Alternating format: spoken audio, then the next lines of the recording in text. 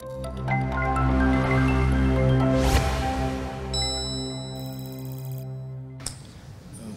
good morning everybody, and thanks Richard for the introduction.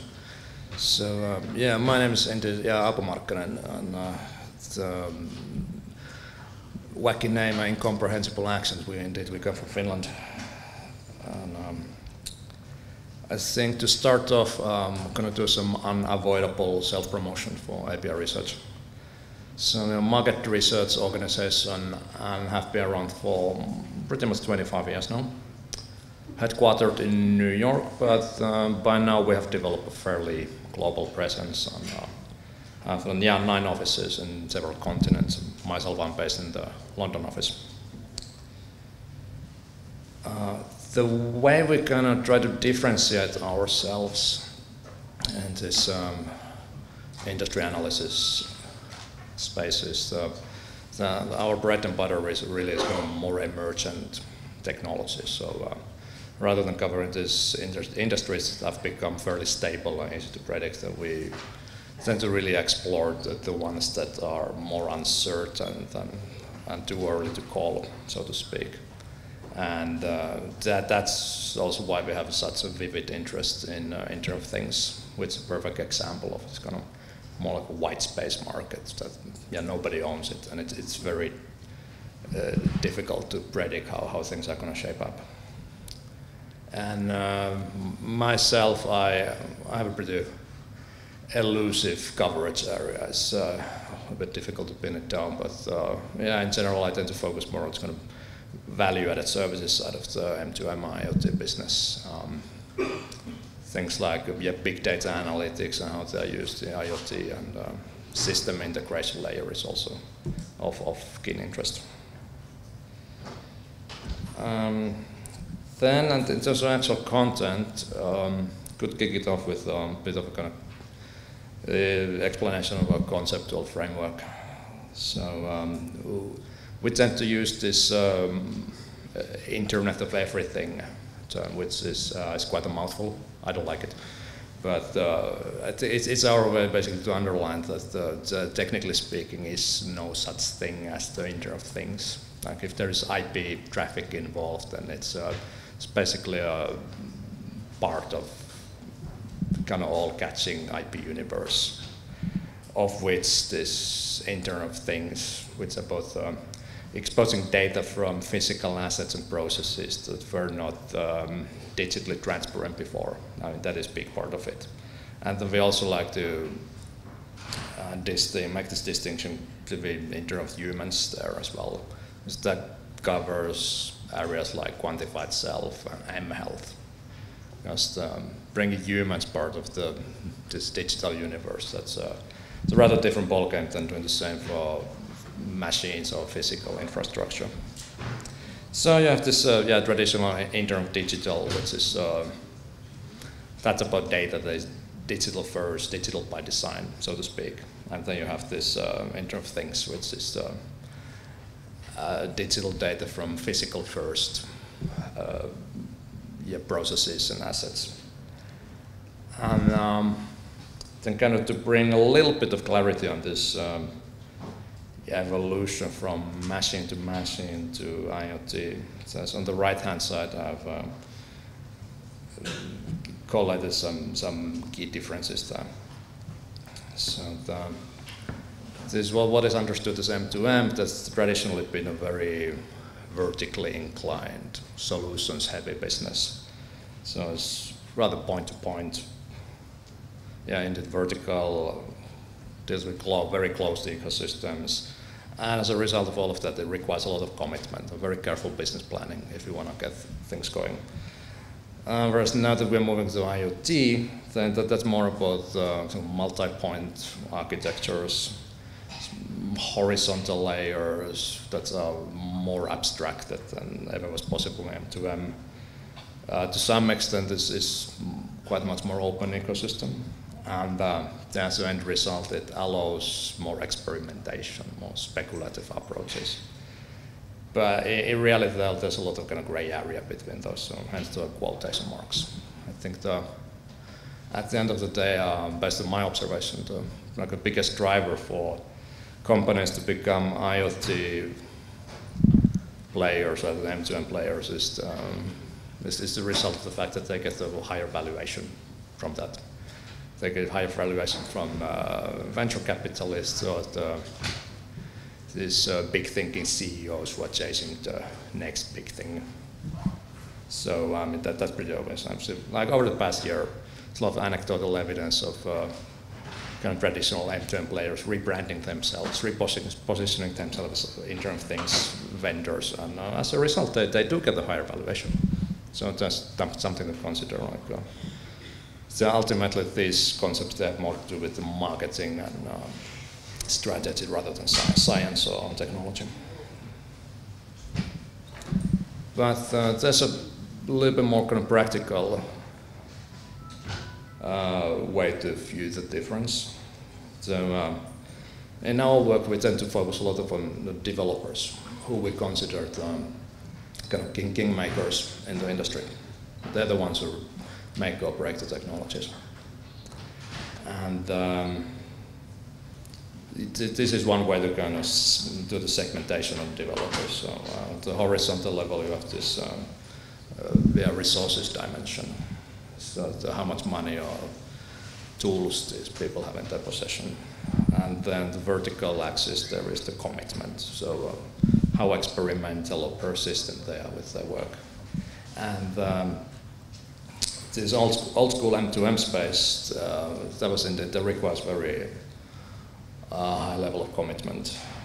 I was typically dealt in kind of corporate domain, so the large enterprises and system integrators. So, but now what is happening is with this move to IoT, that really this developer landscape is becoming much more diverse. So this physical digital convergence, for the lack of a better word, is becoming accessible to a much wider group of people. And that's driving innovation here. This is how this developer segmentation looks in terms of numbers. So if you include all the system integrators and the enterprise level guys, I would say that the developer base is around 1.7 million as of this year, which accounts a little bit less than 1/10 of all software developers in the world.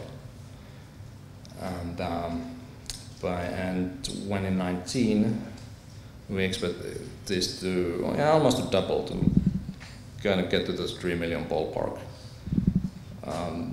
But I mean, it still is a pretty gradual increase. I mean, nothing revolutionary, since this Internet of Things is actually, it can be infuriatingly complicated. Because, it requires skills in computer science, electrical engineering, mechanical engineering. So if there's this big data element involved, then it also requires quite in-depth statistical skills. So it's not easy. Like especially this graduation from more like a hobbyist level to a actual startup level, that can be very tough, because it also requires a lot of funding and knowledge of supply chains and how to kind of source your components. Like it's one thing to build a prototype that kind of makes sense and do cool things, but it's a whole different thing to turn the prototype into a commercial concept that is durable, has an attractive design, and that hits the right price points. So yeah, as they say, hardware is hard. But I think by and large, there's this overall trend that we're going to see over the next few years is this emergence. This is already starting now. The emergence of these purpose-built building blocks and technology stacks in both hardware and software side that will really allow the developers to do rapid prototyping, and then over time also turning those prototypes into commercial products. And that's going to be hugely exciting. And this is indeed really the big difference that this shift from M2M to IoT is bringing. Like, normally in this M2M conferences, nobody talked about developers. It was So normal spin was how telcos can make money out of all this, and so the kind of developers were more or less absent from all the conversation. But now that they're really emerging as kind of kingmakers, then that's where the attention is going to be.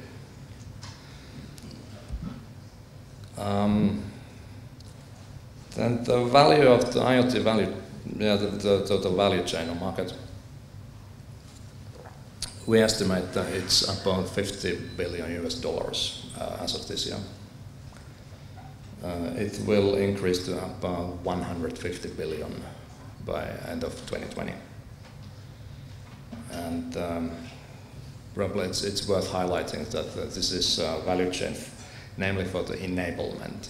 So whenever you see some of these really big headline-grabbing numbers out there, they kind of get to even to the level of trillions of US dollars, then I think it's worth remembering that my understanding is that those numbers, they include a liberal amount of hardware there. So rather than really talking about enablement, they include many of the end products. So if in our methodology we include, for example, all the enabling factors that make a connected car connected.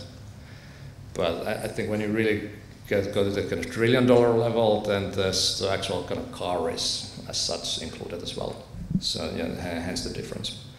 So that's my kind of word of warning when you see some of these analyst numbers. I included mine.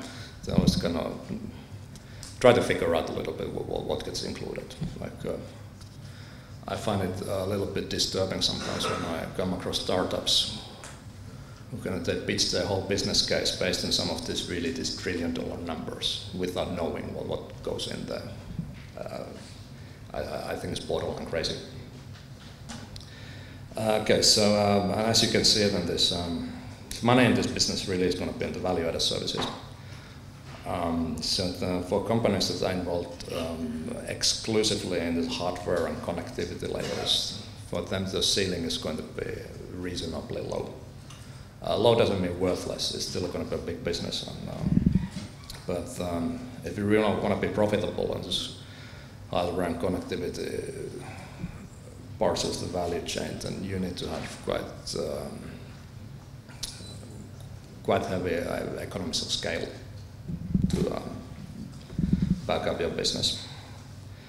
And this is value-added services stack that you see there at the bottom of the screen.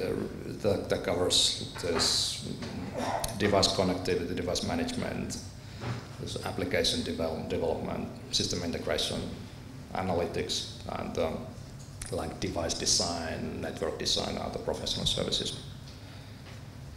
And I think this is also where this standardization efforts, so today's theme, where they're going to be very important. Since I think there's this value-added services, especially when you get to analytics and application development, then that can be constrained quite severely if you have to deal with only with kind of vendor silos. If you really want to create something that does more multi-vendor and covers kind of broader range of different devices, architectures, then there has to be some kind of interoperability layer to all of these things within the system to kind of converse with each other. And that is something that can really unlock more value.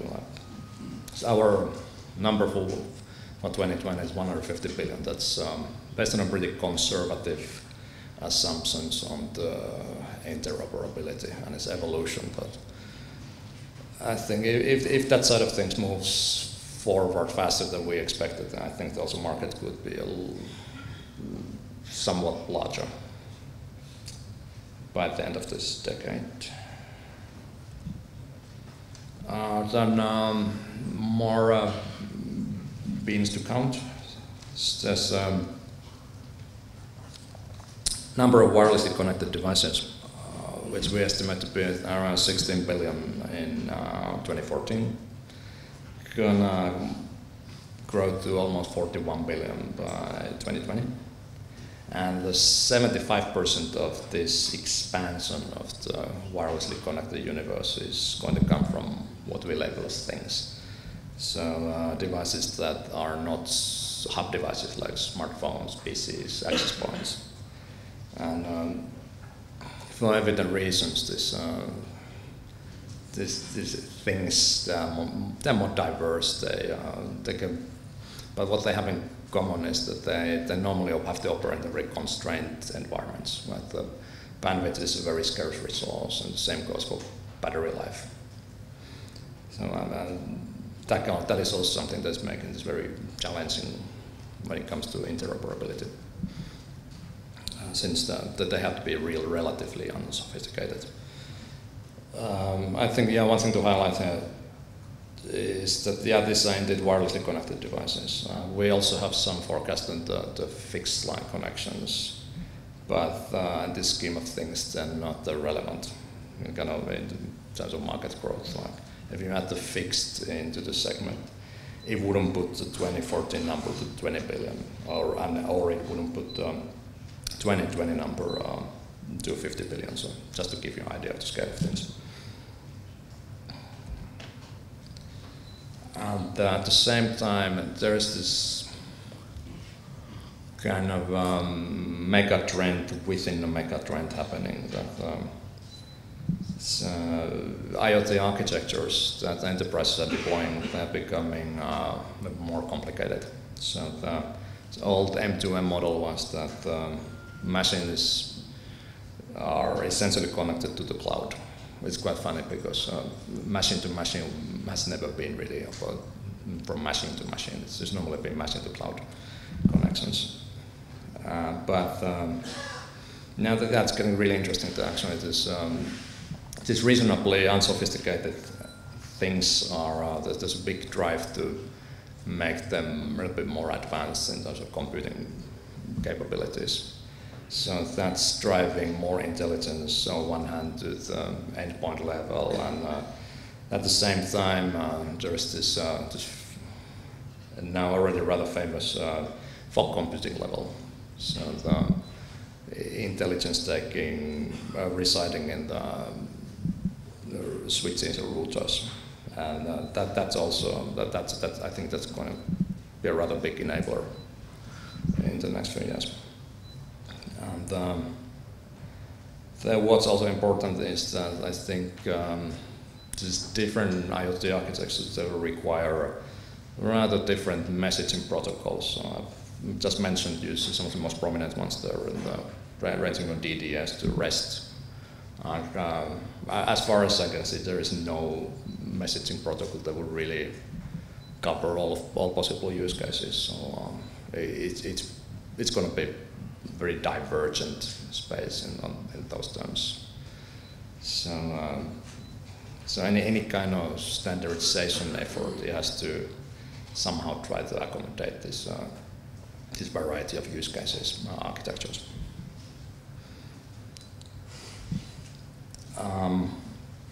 Then on this slide, I tried to kind of demonstrate that this divergence or diversity is likely to get greater, rather than less in the system. Like in the past year, we've seen some very interesting new entrants, like Sigfox entering the space. Same goes for the threat group or the vendors who are trying to build threat into their products. And for example, next year, I'm going to pay a lot of attention to what like Helium is going to do. That's an example of a startup. As I think it has operated possibly the longest stealth mode I've ever seen. Like this, I think it's a backing of like $25 million in the financing, which is that's a lot of money for a startup that doesn't have a commercial product yet, that is still operating in the beta. So I mean, either they have to be overly ambitious with what they do, or they're trying to create something very ambitious. And they're still in the stealth mode. It's quite difficult to get any details out of them, but it looks like it's mainly targeted at the kind of metropolitan style network. So probably something like smart cities are going to be a really big target market for helium. And so another player that I find quite fascinating personally is this Spire, which does nanosatellites. As quite tellingly, it started as a crowdfunding project on Kickstarter. So it's kind of semi-academic thing first. I tried to just see how well you could build affordable kind of nanosats with fairly short, like 1 to 2 year lifespans. And it worked out quite well for them. So the Spire is a kind of a commercial incarnation. And that could be something quite disruptive for shipping industries, for example, which normally relied on very expensive satellite backhaul connections. So this kind of Spire is going to be something that kind of sits between normal satellite broadband and GPS. So it's like GPS and steroids, as they like to label it themselves. So yeah, watch out for some of those guys next year. And I think another really important thing in this context is that there's kind of this direct innovation that comes from these startup level guys. It's also it's kicking off a really good amount of kind of indirect innovation from the kind of incumbent technologies. So we've already seen examples like Thread Group is really piling up pressure on Bluetooth, SIG, and the Bluetooth vendors to enable mesh networking, because that's what they have to do if they want to stay relevant in Internet of Things. And at the same time, I'm kind of getting a hunch that Sigfox, and to a lesser extent, this weightless, the white space, that's also doing the same to like traditional cellular M2M vendors. And pushing, for example, them to work on this LTEM and LTE-MTC, some kind of rethinking of LTE as a molecular low power narrowband technology rather than just a mobile broadband. So I think it's at the end of the day that's a great thing. That's how this industry is moving forward. Then you get all these new options, and then that's then forcing also the incumbents to evolve. So, but that's a challenge for guys like you, because some of these smaller guys who just get out of stealth mode or are just being crowdfunded. Normally they need to focus on their own thing first. So really the kind of the standardization in the wider scheme of things, it's not a high priority for them. So I think you folks, you need to find a way how to accommodate and reach out to them and kind of convince them to kind of steer towards this standardization game.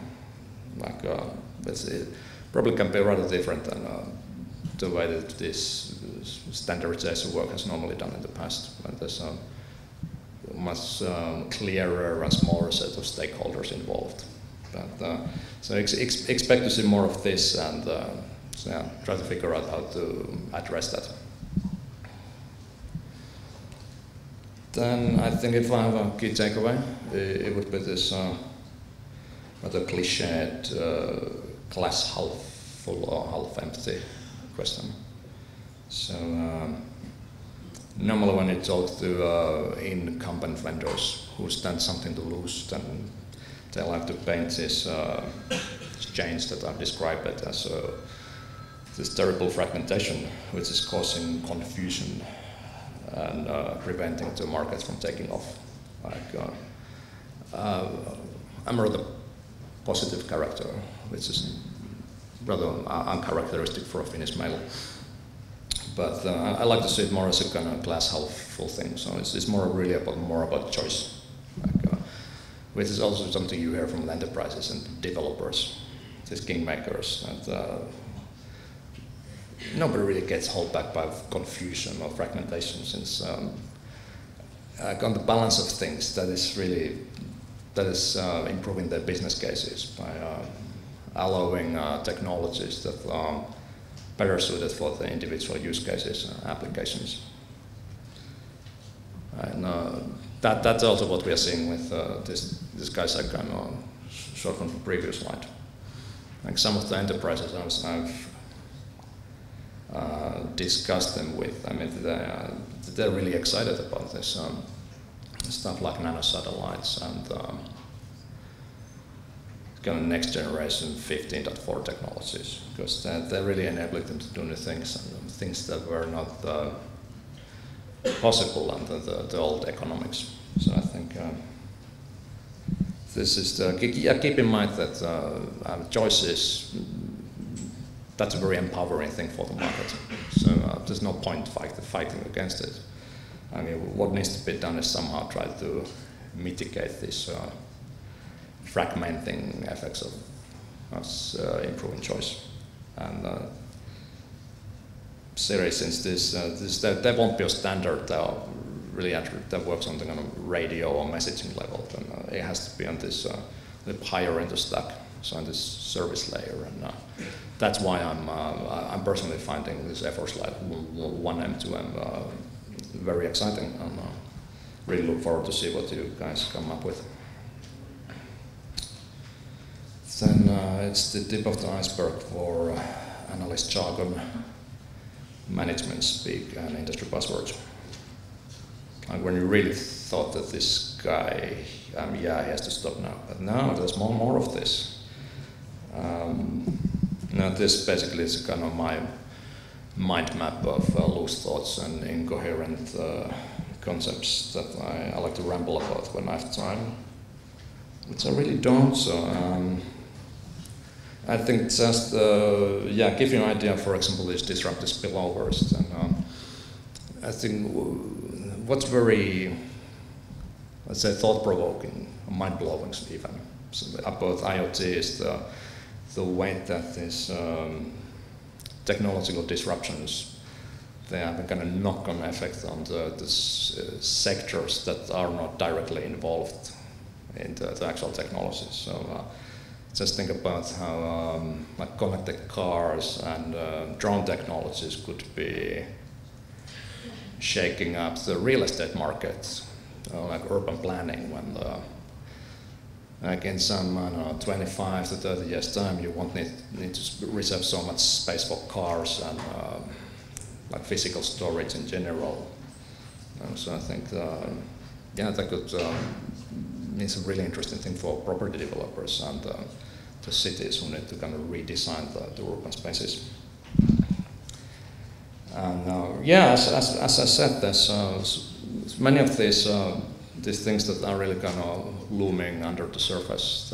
They're to a great extent reliant on the extent to which we really managed to kind of make these things more conversant with each other. So this is, as I said, I'm very looking forward to the findings of this day and to see what's the status of the